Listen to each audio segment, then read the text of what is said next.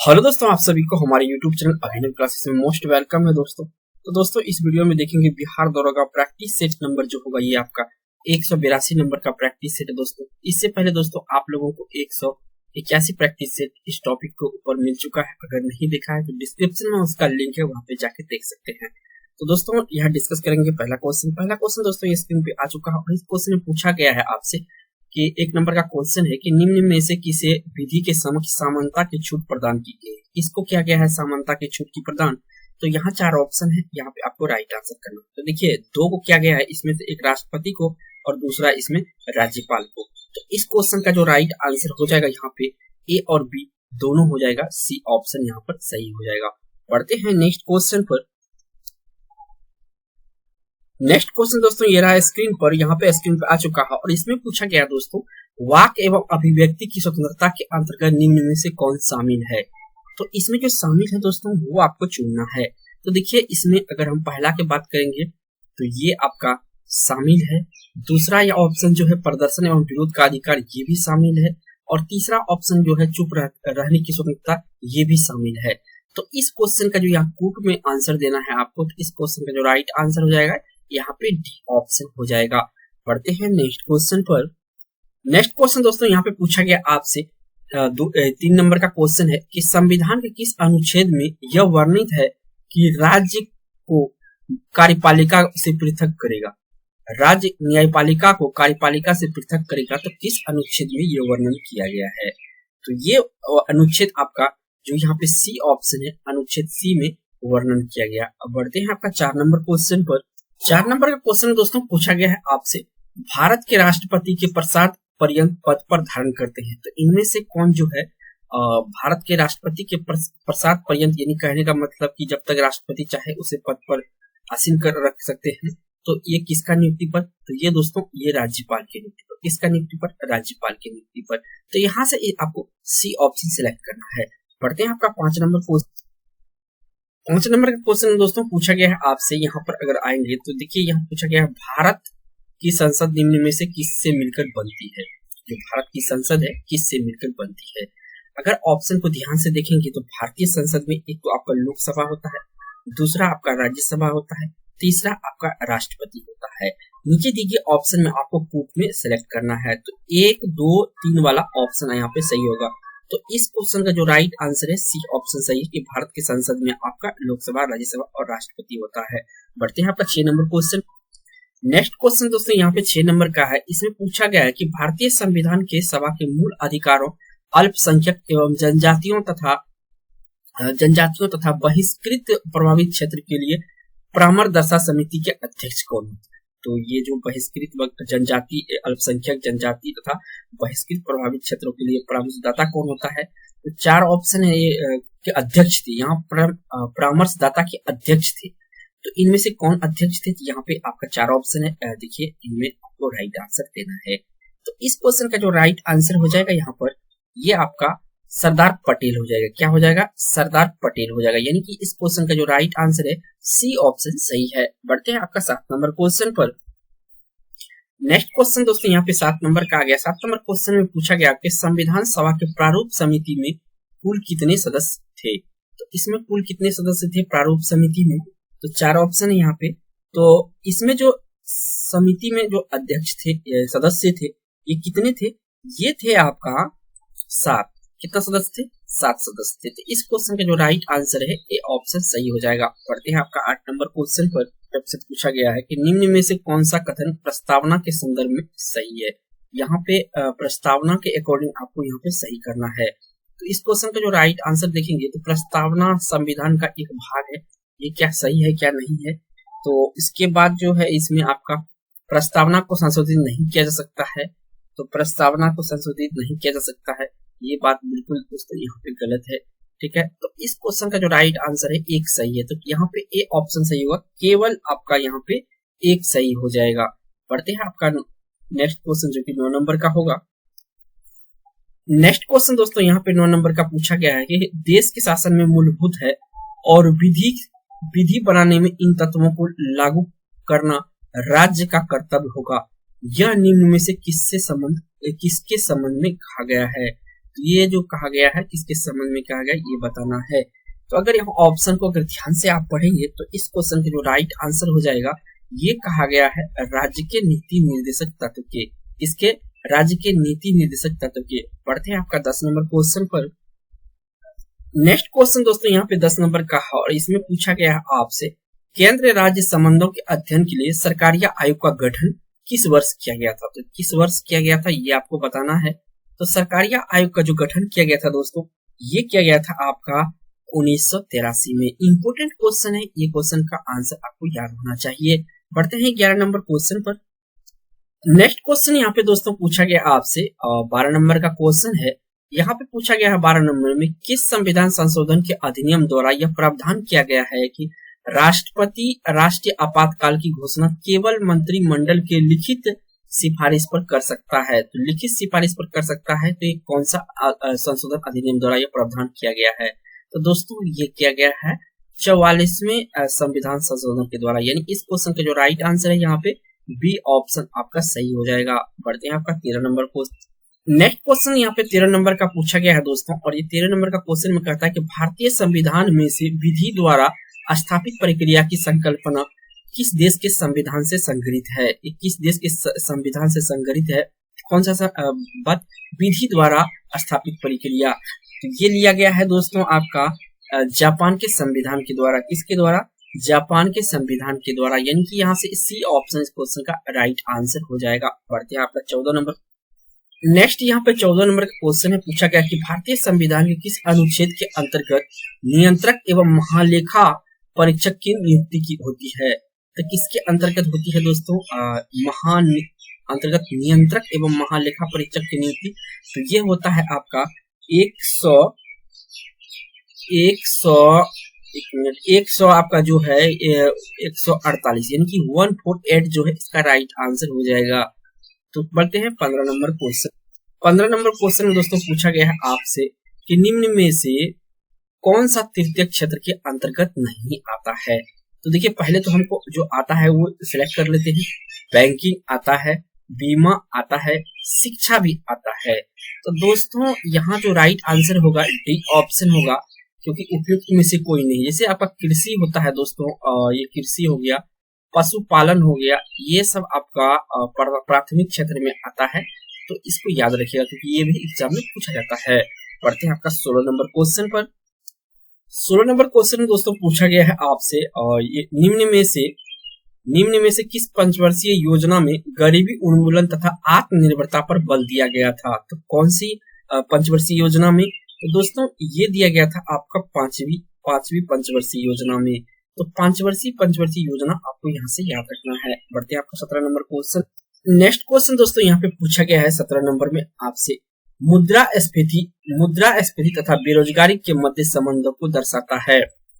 तो मुद्रास्फीति तथा बेरोजगारी के जो मध्य संबंध दर्शाता है ये कौन सा है इनमें से ऑप्शन में? तो ये दर्शाता है दोस्तों आपका फिलिप्स वक्र। ये फिलिप्स वक्र जो है ये दर्शाता है मुद्रास्फीति तथा बेरोजगारी के संबंधों को। बढ़ते हैं 18 नंबर क्वेश्चन। नेक्स्ट क्वेश्चन दोस्तों इसमें पूछा गया है, घाटे की वित्तीय व्यवस्था का अर्थव्यवस्था पर क्या प्रभाव पड़ता है? तो घाटे की वित्तीय व्यवस्था अर्थव्यवस्था पर क्या प्रभाव पड़ता है? तो ये अर्थव्यवस्था पर जो प्रभाव पड़ता है दोस्तों वो होता है आपका मुद्रा की आपूर्ति में कमी। क्या होता है? मुद्रा की आपूर्ति में कमी।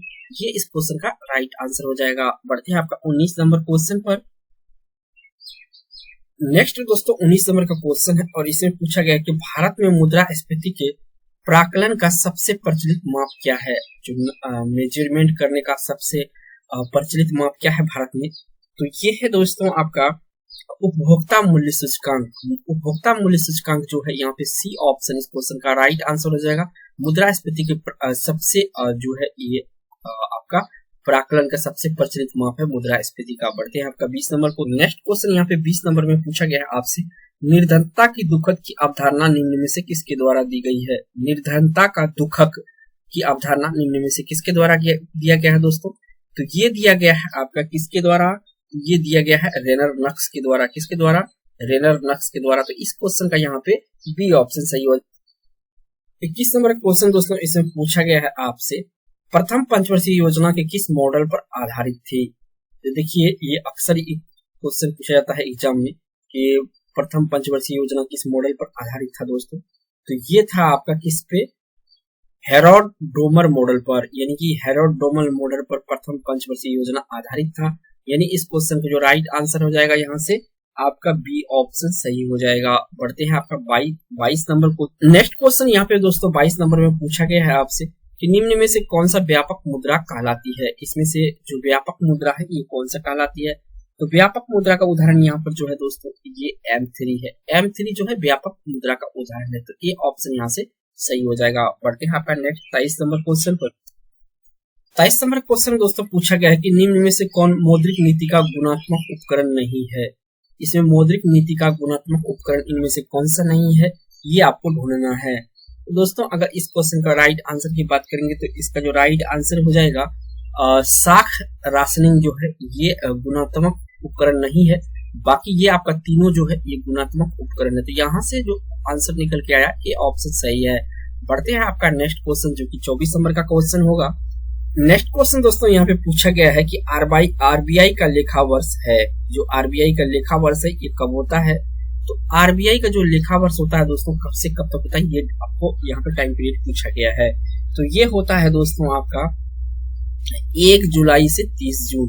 कब से कब तक, 1 जुलाई से 30 जून होता है। तो इस क्वेश्चन का जो यहाँ पे राइट आंसर है ये ऑप्शन सही है। बढ़ते हैं नेक्स्ट क्वेश्चन जो कि आपका 25 नंबर का क्वेश्चन होगा। नेक्स्ट क्वेश्चन दोस्तों इसमें पूछा गया है कि यदि प्राथमिक घाटे में ब्याज भुगतान को सम्मिलित कर लिया जाए तो निम्न के बराबर होगा। यदि प्राथमिक घाटे में ब्याज भुगतान को सम्मिलित कर लिया जाए तो निम्नलिखित में बराबर होगा। तो किसके बराबर होगा दोस्तों, ये बराबर हो जाएगा आपका राजकोषीय घाटा का। किसके बराबर हो जाएगा, राजकोषीय घाटा का। यानी ये ऑप्शन यहाँ पे सही है। बढ़ते हैं नेक्स्ट क्वेश्चन 26 नंबर पर। नेक्स्ट क्वेश्चन दोस्तों 26 नंबर का है। इसमें आपसे पूछा गया है कि निम्न में से भारत में किस समूह की चट्टानें धात्विक खनिज का प्रमुख स्रोत है। धात्विक खनिज का प्रमुख स्रोत है दोस्तों इनमें से कौन सा चट्टान। तो ये चट्टान है दोस्तों धारवाड़ समूह का। कौन सा चट्टान, धारवाड़ समूह का चट्टान है। नेक्स्ट यहाँ 27 नंबर का क्वेश्चन दोस्तों इसमें पूछा गया है आपसे कि निम्नलिखित में से कौन सा सुमेलित नहीं है। इनमें से सुमेलित जो नहीं है ये आपको बताना है 27 नंबर में। अगर 27 नंबर को देखिए ध्यान से देखिए क्योंकि थोड़ा सा क्वेश्चन ये डिफिकल्ट है। यहाँ पे अगर हम ऑप्शन की बात करेंगे तो कुद्रेमुख लो अयस्क बिल्कुल सही है यहाँ पर। इसके बाद कोल्लार सोना बिल्कुल सही है। ये जो आपका नीचे है कोडरामा चांदी ये गलत है। इनके बारे में भी डिस्कस करते हैं अभी। और जावर सीसा जस्ता जावर जो जगह है ये बिल्कुल सही है। इसके बाद आ जाते हैं दोस्तों कोडरामा पर। तो कोडरामा जो है आपका झारखंड में है। कहाँ पे है, ये झारखंड में पड़ता है। और ये किस लिए प्रसिद्ध है दोस्तों, तो ये अबरख के लिए प्रसिद्ध है। किसके लिए प्रसिद्ध है, अबरख के लिए प्रसिद्ध है। इसको अबरख नगरी के भी नाम से भी जाना जाता है। बढ़ते हैं आपका 28 नंबर क्वेश्चन पर। 28 नंबर क्वेश्चन दोस्तों आपसे पूछा गया है कि निम्न में से कौन सा पेट्रोलियम का सबसे बड़ा उत्पादक राज्य है। इसमें सबसे बड़ा उत्पादक राज्य पेट्रोलियम का कौन सा है। तो दोस्तों आप सभी को पता होना चाहिए जो राजस्थान है ये फर्स्ट स्थान पे है इस पेट्रोलियम उत्पादन में। और सेकेंड नंबर पे आपका दोस्तों गुजरात है। थर्ड नंबर पे महाराष्ट्र है। बढ़ते हैं आपका नेक्स्ट 29 नंबर क्वेश्चन पर। नेक्स्ट क्वेश्चन दोस्तों यहाँ पे पूछा गया है 29 नंबर क्वेश्चन की असम राज्य की राजधानी कहाँ है। यहाँ देखिए बहुत इजी क्वेश्चन है। असम राज्य की राजधानी कहाँ है, तो यहाँ पे देखिए गुवाहाटी नहीं है, अगरतला नहीं है, शिलोंग नहीं है, उपयुक्त में से कोई नहीं। देखिए यहाँ पे तो राइट आंसर उपयुक्त में से कोई नहीं होगा क्योंकि जो असम की राजधानी है ये कहाँ पे है, ये आपका दिसपुर में है। कहाँ पे है, दिसपुर में है। दिसपुर इसका राजधानी है। किसका राजधानी है, असम का। बढ़ते हैं आपका 30 नंबर क्वेश्चन पर। 30 नंबर क्वेश्चन दोस्तों इसमें पूछा गया है कि निम्नलिखित में से कौन जलधारा प्रशांत महासागर की ठंडी जलधारा है। प्रशांत महासागर की ठंडी जलधारा है, इनमें से कौन सा है। 4 ऑप्शन है यहाँ पे। तो इस क्वेश्चन का जो राइट आंसर हो जाएगा दोस्तों ये इसका हम्बोल्ट जो है ये प्रशांत महासागर की ठंडी जलधारा है। तो यहाँ से ये ऑप्शन सही है। बढ़ते हैं आपका 31 नंबर क्वेश्चन पर। नेक्स्ट दोस्तों 31 नंबर का क्वेश्चन है। इसे पूछा कि निम्न में से कौन सा देश स्थलबद्ध है। इनमें से स्थलबद्ध देश को आपको चुनना है। तो जो स्थलबद्ध देश है इनमें दोस्तों ये आपका स्विट्जरलैंड है। स्विट्जरलैंड इसमें स्थलबद्ध देश है। बढ़ते हैं आपका 32 नंबर क्वेश्चन। नेक्स्ट क्वेश्चन दोस्तों 32 नंबर का इसमें पूछा गया है कि निम्न में से कौन सी नदी हिमालय की पूर्ववर्ती नदी नहीं है। इसमें हिमालय की जो पूर्ववर्ती नदी नहीं है उनके बारे में बताना है।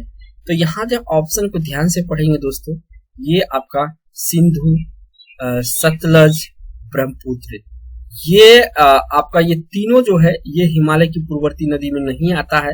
तो इस क्वेश्चन का जो राइट आंसर है यहाँ से सी ऑप्शन सही है। बढ़ते हैं आपका 33 नंबर क्वेश्चन पर। नेक्स्ट यहाँ पे 33 नंबर का क्वेश्चन है। इस क्वेश्चन में पूछा गया कि अंतरराष्ट्रीय तिथि रेखा किस महासागर से होकर गुजरती है।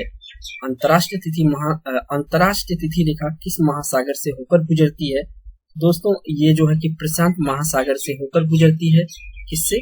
प्रशांत महासागर से होकर गुजरती है। तो यहाँ से सी ऑप्शन सही है। पढ़ते हैं 34 नेक्स्ट क्वेश्चन दोस्तों। इसमें पूछा गया है कर्क रेखा निम्न में से किस देश से होकर गुजरती है। जो कर्क रेखा है किस देश से होकर नहीं गुजरती है। तो यहाँ पे जो गुजरती है दोस्तों पहले उसको छाट लीजिए।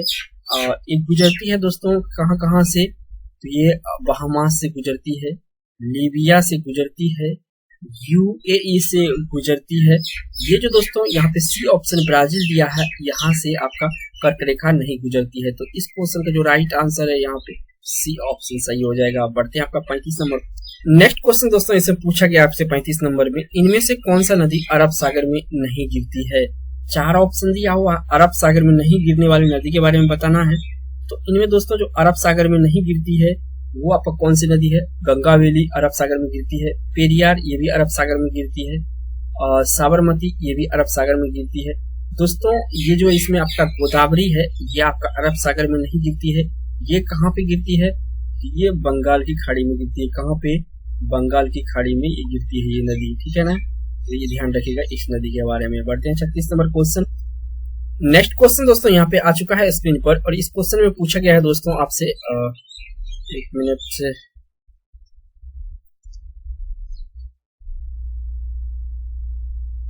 और ये क्वेश्चन में देखिए पूछा गया आपसे भारत का सबसे छोटा जिला कौन सा है।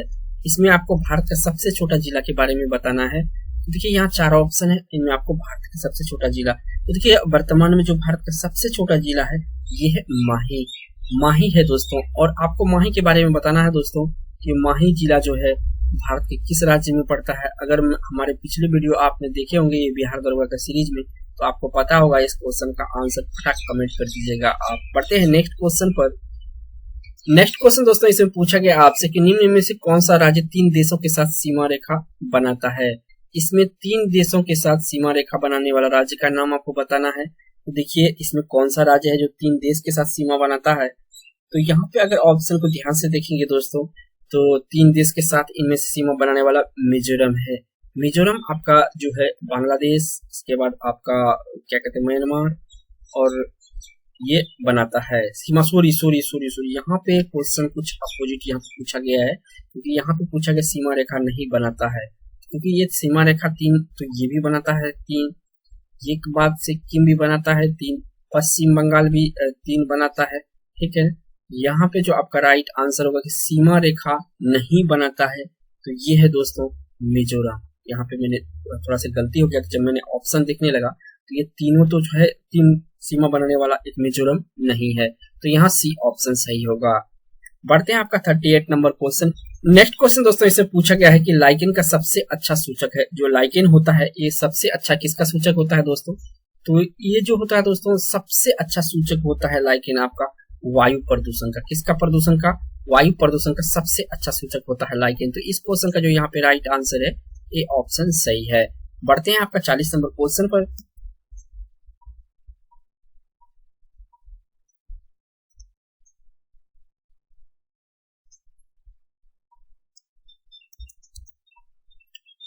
होगा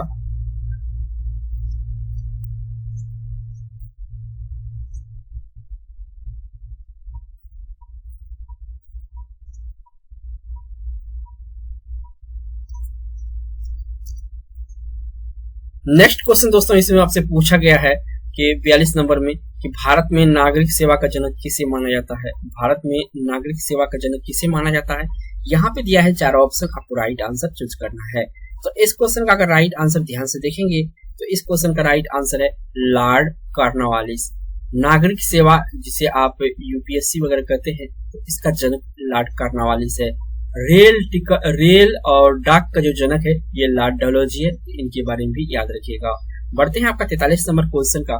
43 नंबर क्वेश्चन में दोस्तों महालबाड़ी भू राजस्व व्यवस्था किसके द्वारा लागू किया था। ये देखिए, ये दोनों क्वेश्चन जो दोस्तों ये आर मार्क कर लीजिए और इम्पोर्टेंट मार्क कर लीजिए, इसको तो माइंड में बैठा लीजिए क्योंकि ये एग्जाम में अक्सर ये दोनों क्वेश्चन रिपीट होता है।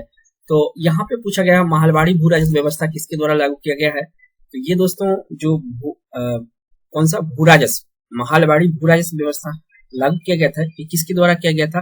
तो दोस्तों ये किया गया था आपका हॉल्ट मैकेंजी के द्वारा। किसके द्वारा, हॉल्ट मैकेंजी के द्वारा। बढ़ते हैं आपका नेक्स्ट क्वेश्चन 44 नंबर पर। नेक्स्ट क्वेश्चन दोस्तों इसे पूछा गया 44 नंबर में, किताब उल हिंद की रचना किसने की थी। जो किताब उल हिंद है दोस्तों, इसकी रचना किसने किया था। तो इसका जो रचना किया था दोस्तों, यहाँ पे 4 ऑप्शन है, राइट आंसर हो जाएगा आपका अल-बुरूनी। बहुत इंपोर्टेंट है, इजी भी है, ये क्वेश्चन अक्सर एग्जाम में बचता। किताब उल हिंद की रचना जो किया था अल-बुरूनी ने किया था। बढ़ते हैं नेक्स्ट क्वेश्चन दोस्तों, यहाँ पे पूछा गया 45 नंबर में आपसे, निम्नलिखित में से कौन सा सिकंदर का समकालीन था। इसमें पूछा गया कि सिकंदर का समकालीन कौन था। अगर यहाँ पे सिकंदर का समकालीन देखेंगे दोस्तों तो ये था घनानंद। घनानंद क्या था, सिकंदर का समकालीन था, यानी डी ऑप्शन सही है। 46 नंबर क्वेश्चन है दोस्तों, यहाँ पर अष्ट दिग्गज किसके दरबार में रहते थे। जो अष्ट दिग्गज थे ये किसके दरबार में रहते थे। तो दोस्तों अष्ट दिग्गज जो है ये कृष्ण देव राय के दरबार में रहते थे। किसके दरबार में, कृष्ण देव राय। और ये दोस्तों जो नेक्स्ट क्वेश्चन दोस्तों 47 नंबर का है। 47 नंबर का क्वेश्चन में दोस्तों यहाँ पूछा गया पहली बार किसी के सती होने का प्रमाण कहाँ प्राप्त होता है। पहली बार किसी को सती होने का प्रमाण कहाँ पे मिलता है, या कौन सा इसका जगह है जहाँ पे ये डिफाइन करता है कि सती होने का। तो ये दोस्तों जो भानुगुप्त का एरन अभिलेख है यहाँ से प्राप्त हुआ है। कहाँ से, भानुगुप्त का एरन अभिलेख से। तो इस क्वेश्चन का यहाँ पे बी ऑप्शन सही है। यहाँ पे दोस्तों क्वेश्चन आ चुका है 48 का, और जिसमें पूछा गया है किस युद्ध के पश्चात बाबर ने गाजी की उपाधि धारण की थी। तो गाजी की उपाधि धारण बाबर ने किस युद्ध में किया था दोस्तों। तो ये किया था खानवा के युद्ध के उपरांत, यानी कि बी ऑप्शन इसमें क्वेश्चन का राइट आंसर हो जाएगा। खानवा के युद्ध के बाद बाबर ने गाजी की उपाधि धारण कर ली थी। पढ़ते हैं 49 नंबर क्वेश्चन पर। 49 नंबर क्वेश्चन में दोस्तों पूछा गया आपसे भारत का विश्वविद्यालय अधिनियम किस गवर्नर जनरल के काल में पारित हुआ था। तो किसके शासन काल में ये पारित हुआ था दोस्तों। 4 ऑप्शन आपके सामने, आपको राइट आंसर देना है। तो ये हुआ था दोस्तों लॉर्ड कर्जन के शासन काल में। किसके शासन काल में विश्वविद्यालय अधिनियम जो पारित हुआ था ये लॉर्ड कर्जन के शासन काल में हुआ था। बढ़ते हैं नेक्स्ट क्वेश्चन जो कि आपका दोस्तों